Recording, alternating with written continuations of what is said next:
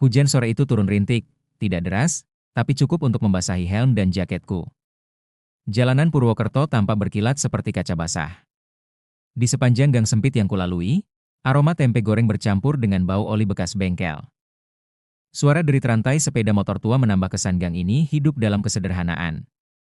Kos yang kucari berdiri di ujung gang.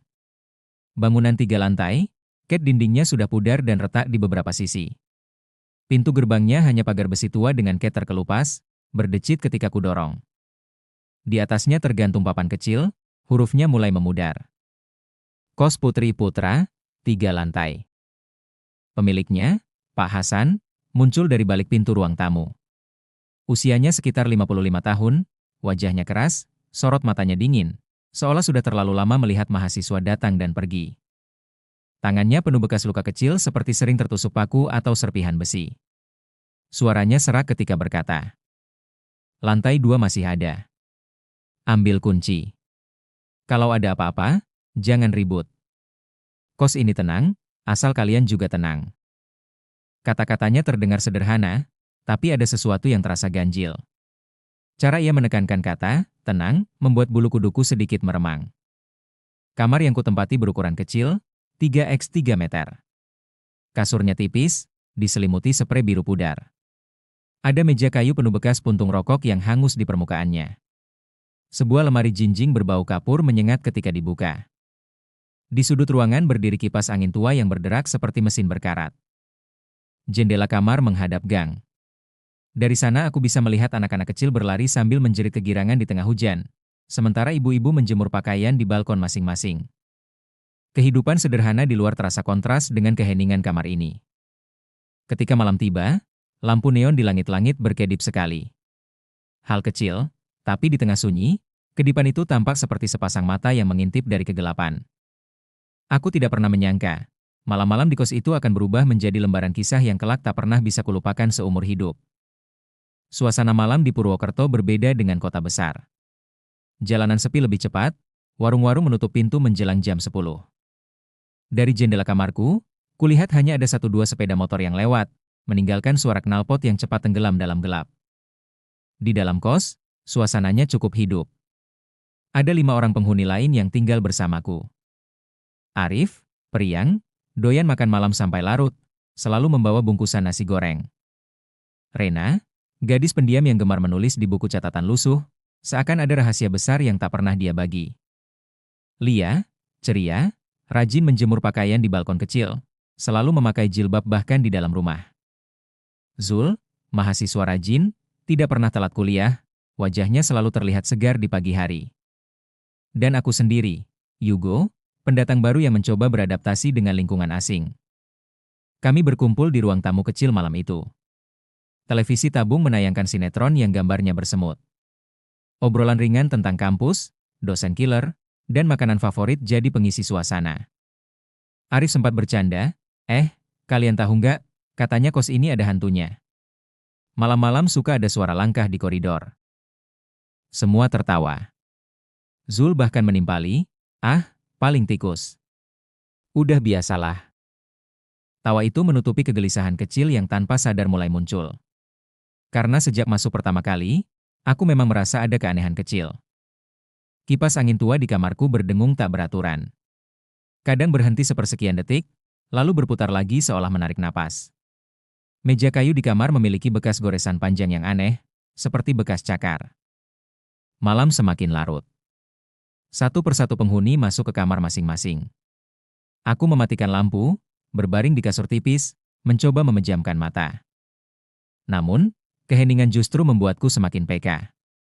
Dari arah koridor, ku dengar suara sandal diseret pelan. Srek, srek, lalu berhenti tepat di depan pintuku. Aku menahan napas. Mungkin Arif? Tapi bukankah tadi dia sudah tidur? Suara itu tak berlanjut. Hanya senyap pekat. Kupaksa menutup mata. Detik berganti menit, sampai akhirnya aku hampir terlelap. Saat itulah, kipas angin tua di sudut kamar berhenti mendadak, dan aku mendengar sesuatu yang lebih halus, lebih dekat. Tarikan napas panjang, tepat di samping kasurku. Aku membuka mata dengan cepat. Tidak ada siapa-siapa. Hanya cahaya lampu jalan redup yang masuk melalui jendela, menciptakan bayangan di dinding. Tapi aku tahu betul, napas itu nyata. Malam pertama di kos ini, aku sudah merasakan sesuatu yang tidak seharusnya ada. Hari-hari pertamaku di kos berjalan dengan ritme biasa.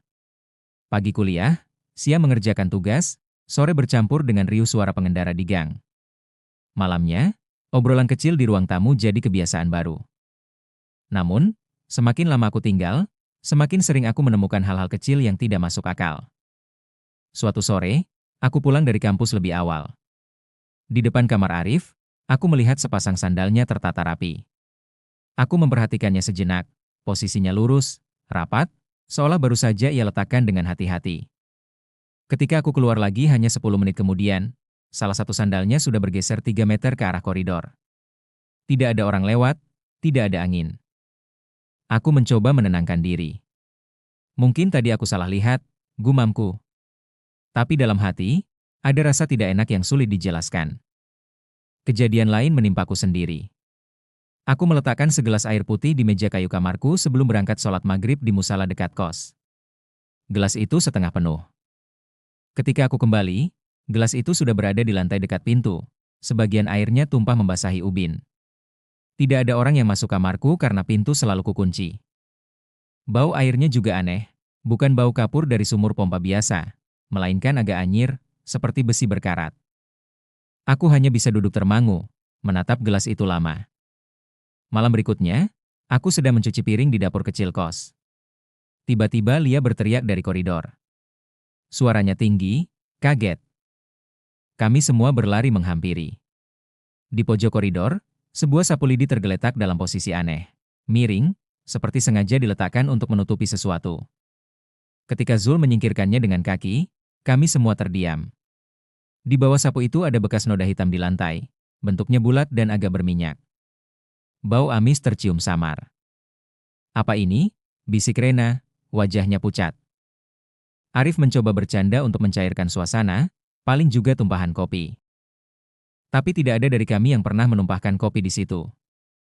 Gangguan kecil itu semakin terasa nyata pada suatu malam ketika hujan deras mengguyur atap kos. Hujan terdengar seperti ribuan jari mengetuk genteng, ritmis tapi menekan. Tiba-tiba, listrik padam. Semua lampu mati. Aku, Arif, dan Zul menyalakan senter dari ponsel. Rena dan Lia berlari keluar kamar, wajah panik. Di ruang tamu, kami berkumpul dengan jantung berdegup kencang. Saat itu kami melihat jam dinding tua di ruang tamu. Jarum panjangnya berhenti di angka 12, jarum pendek tepat di angka 2. Pukul 2. Hening yang terjadi setelahnya bukan hening biasa. Rasanya seperti udara mendadak menebal, setiap tarikan napas menjadi berat. Kenapa jamnya berhenti? Tanya Lia dengan suara bergetar. Tidak ada yang menjawab. Kami hanya saling pandang, lalu tiba-tiba kipas angin tua di kamarku berbunyi pelan dari kejauhan, padahal listrik mati. Krek, krek, seakan baling-balingnya berputar sendiri. Keesokan harinya, saat aku membeli kopi di warung dekat gang, pemilik warung, seorang ibu paruh-baya, bertanya. Kamu anak kos baru di situ ya? Yang 3 lantai? Aku mengangguk. Iya, Bu. Memangnya kenapa? Ibu itu terdiam sejenak, lalu berkata lirih, dulu, rumah itu bukan kos. Itu rumah keluarga Pak Darmo. Pernah ada kejadian, sudah, lupakan saja. Aku mendesaknya, tapi ia hanya geleng kepala. Malamnya, aku menceritakan hal itu pada teman-teman kos. Rena menunduk lama, lalu berkata pelan, aku juga sempat dengar. Katanya dulu ada yang main pesugihan di rumah ini. Semua terdiam. Hanya suara hujan di luar yang terdengar, menambah suasana dingin. Aku mencoba menertawakan, paling cuma gosip. Tapi jauh di dalam hati, aku tahu sesuatu memang tidak beres dengan kos ini. Sepekan setelah kejadian listrik padam dan jam berhenti di pukul 2, suasana kos tidak lagi sama. Kami masih bercanda di siang hari, masih makan bersama di dapur kecil, tapi begitu malam tiba, semua wajah berubah. Setiap bunyi kecil kini membuat kami saling menoleh. Malam itu, aku terbangun mendadak. Entah jam berapa, tapi gelapnya pekat. Hanya cahaya redup dari luar jendela masuk melalui celah gorden. Lalu terdengar suara itu. Srek, srek, srek. Sandal diseret pelan di lantai koridor. Irama langkah itu lambat, berat, dan berhenti di depan setiap pintu. Aku menahan napas. Jantung berdebar cepat. Kudekatkan telinga ke pintu kamar, dan jelas sekali kudengar sesuatu. Tarikan napas panjang, dalam, seolah seseorang berdiri di balik pintu, menghirup udara dengan sengaja. Arif, panggilku dengan suara rendah. Tidak ada jawaban. Langkah itu berlanjut. Menuju kamar Lia. Lalu Rena. Lalu, hening. Aku memberanikan diri membuka pintu pelan-pelan. Koridor kosong. Hanya cahaya lampu jalan dari ujung lorong yang samar-samar menerangi. Tapi ada sesuatu yang membuatku membeku. Bekas jejak lumpur kecil, memanjang, seolah baru saja ada yang lewat. Keesokan malamnya, giliran Lia yang ketakutan. Ia baru keluar dari kamar mandi ketika melihat bayangan putih melintas di jendela kaca buram. Padahal balkon di luar seharusnya kosong. Aku sumpah, aku lihat. Bukan bayangan orang lewat, tinggi banget, kayak menggantung. Lia terisak saat menceritakan pada kami di ruang tamu. Zul mencoba menenangkan, tapi wajahnya sendiri pucat. Rena menambahkan, aku juga, kemarin mimpi pintu kamar kebuka. Ada bayangan duduk di ujung kasurku. Pas aku bangun, pipiku perih. Ada goresan kecil. Ia menunjukkan bekas gores halus di wajahnya. Kami terdiam. Tidak ada yang berani menertawakan lagi. Malam itu juga, kami semua memutuskan berkumpul di ruang tamu. Lebih baik berjaga bersama daripada terpisah di kamar masing-masing. Lampu neon berkelip-kelip, seperti hampir putus. Kami duduk melingkar, ponsel di tangan, senter siap. Suasana hening, hanya hujan yang mengetuk genteng. Tiba-tiba, duk, duk, duk. Pintu depan diketuk keras. 3 kali, jeda, lalu 3 kali lagi. Suaranya teratur, tidak seperti orang kebetulan mengetuk. Kami saling pandang, wajah tegang. Arif memberanikan diri membuka pintu. Koridor kosong. Basah oleh hujan, tapi tak ada siapa-siapa. Tidak ada jejak kaki. Tidak ada tamu. Namun, Zul yang berdiri di samping Arif tiba-tiba berbisik, SSTT, dengar. Dari ujung koridor terdengar suara tawa kecil, lirih, seperti suara anak-anak bermain. Tapi saat kami sorotkan senter, lorong itu hanya kosong. Karena panik, kami memutuskan mengecek CCTV analog milik Pak Hasan di ruang depan. Gambar hitam putihnya bersemut, kadang bergoyang. Tapi jelas sekali, pada rekaman jam 2.13, ada bayangan gelap yang melintas cepat di koridor lantai 2. Bentuknya tidak utuh, lebih mirip kabut pekat yang menyeret sesuatu di lantai. Rena langsung menangis. Lia menutup wajah dengan kedua tangan. Zul beristighfar berkali-kali. Aku hanya bisa memandangi layar itu, merinding. Bukan lagi soal sugesti, bukan lagi cerita gosip. Ada sesuatu yang memang tinggal bersama kami di kos ini. Dan entah kenapa, semua kejadian itu selalu berputar di jam yang sama, sekitar pukul 2 dini hari. Suatu sore, ketika hujan baru saja reda, aku kembali mampir ke warung kecil di ujung gang. Pemilik warung, seorang ibu parubaya bernama Bu Marni, sedang menata gorengan di atas etalase.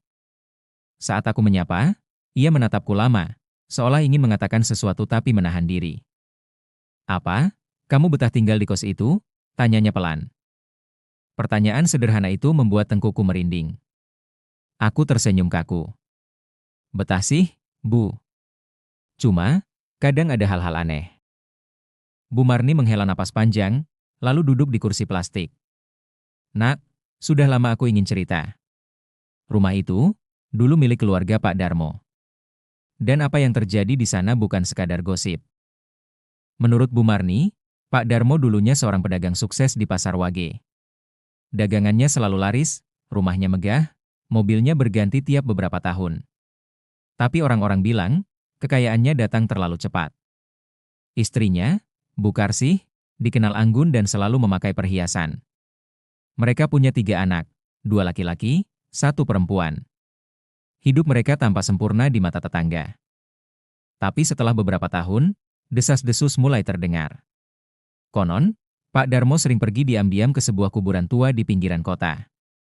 Malam-malam, ia membawa sesajen, bunga 7 rupa, kepala ayam, dan kendi berisi air kembang. Beberapa warga yang pernah melihatnya bersumpah mendengar suara aneh dari arah kuburan, ratapan bercampur tawa. Dari mulut ke mulut, terbongkar bahwa Pak Darmo melakukan pesugihan.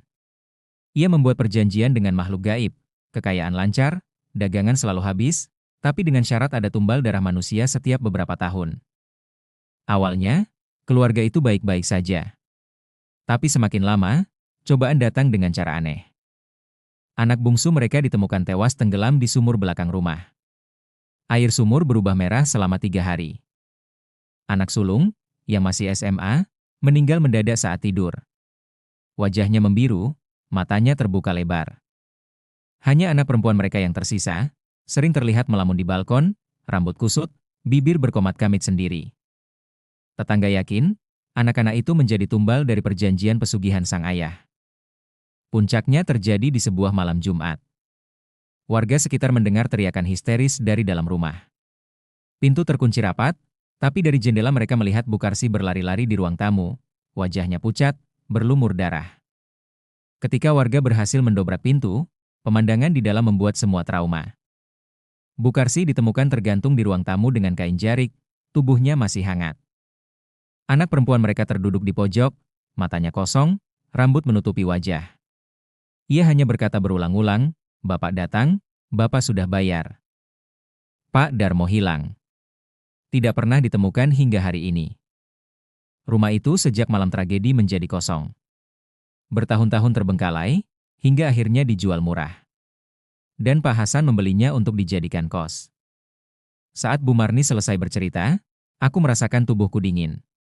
Jadi, semua kejadian aneh di kos itu, ada hubungannya dengan pesugihan Pak Darmo? Tanyaku gemetar.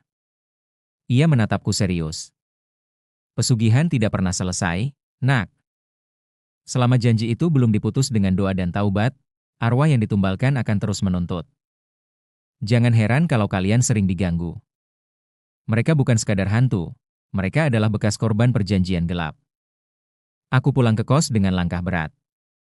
Di ruang tamu, aku ceritakan semuanya pada teman-teman. Rena menangis mendengar bagian anak yang tenggelam di sumur. Lia langsung beristighfar berkali-kali. Zul mencoba tegar, tapi tangannya gemetar ketika meraih gelas. Arif hanya menunduk lama, lalu berkata lirih, "Kalau benar begitu, berarti kita sekarang tinggal di atas rumah yang masih menyimpan darah tumbal." Sejak malam itu, tidur di kos tidak pernah lagi terasa aman. Sejak mendengar kisah kelam keluarga Pak Darmo, suasana kos berubah total. Tak ada lagi canda malam, tak ada obrolan ringan. Setiap pintu kamar kini selalu ditutup rapat, lampu dibiarkan menyala semalaman. Namun, rasa takut justru semakin nyata. Malam itu, hujan deras mengguyur tanpa henti. Angin berdesir masuk lewat celah-celah jendela, membuat gorden berayun pelan. Kami semua berkumpul di ruang tamu, enggan tidur terpisah. Tepat pukul 2.13, lampu tiba-tiba padam serentak. Ruang tamu gelap total, hanya cahaya kilat sesekali menyambar dari luar jendela.